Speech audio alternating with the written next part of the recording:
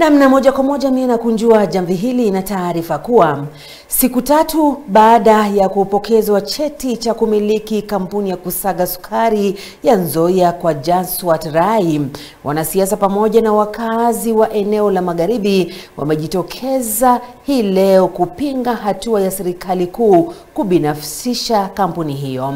Safari hiyo iliongozwa na mwanasiasa Zakaria Baraza akitoa wito kwa wananchi kujitokeza na kusimama wima ili kutetea mali yao. Hatua hiyo iliungwa mkono na gavana wa kaunti ya Trans Nzoia George Natembeya, akikashifu serikali kwa hatua hiyo, akikiri kampuni ya Nzoia ndio kampuni pekee ambayo imesalia eneo la Magharibi mwa Kenya. Kwa mengi zaidi, mpenzi mtazamaji, wacha tupate jinsi mambo yalivyokuwa eneo hilo.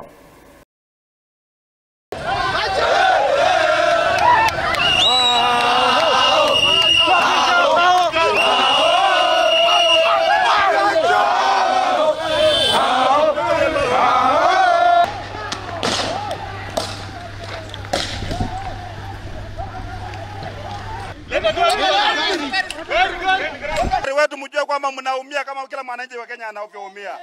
Msifikiri kwamba mkibeba risasi, ukibeba tear gas hatunaishi vizuri. Ile mtu ambaye walipatia pan paper ndio amepeana leo Nzoia.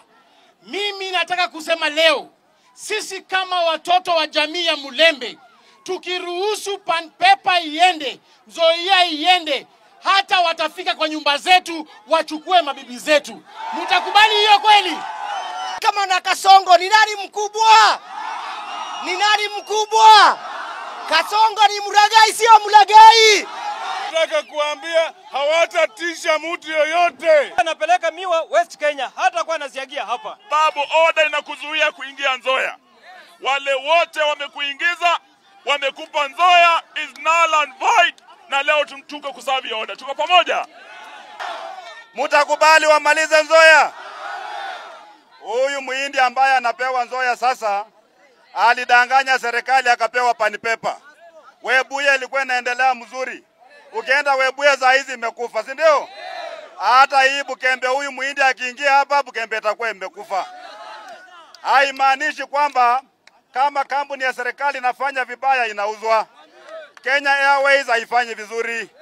KVDA haifanyi vizuri. Mauniversity za Kenya hazifanyi vizuri. Hata serikali ya Kenya kama kuna kitu takana kukua list ni serikali ya Kenya, si ndio?